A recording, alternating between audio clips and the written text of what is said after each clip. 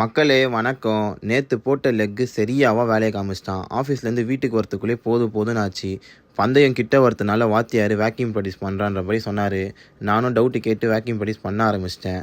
கிட்ட வர பந்தயத்துக்கு ரெடி ஆகிட்டே இருக்கும்.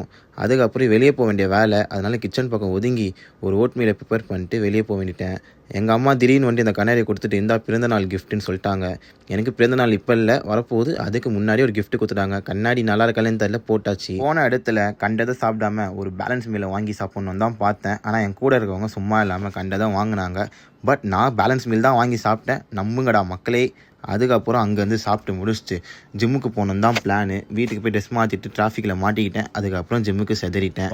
வர கண்டென்ட் ஒரே மாதிரி இருக்கிற மாதிரி எனக்கு ஃபீல் ஆச்சு. ஜிம்மு வீடு ஆஃபீஸு மற்றபடி வெளியே எங்கேயோ போனால் வீடியோ எடுக்கணுமா இல்லையானு எனக்கே தெரியல.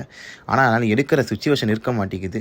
ஏன்னா தனியாக கேமரா நீட்னா பக்கத்தில் இருக்கிற ஒரு மாதிரி பார்க்குறான், ஆப்போசிட்டில் இருக்கிற ஒரு மாதிரி பார்க்குறான். அதாலே எனக்கு வீடியோ எடுக்க தோணவே மாட்டேங்குது.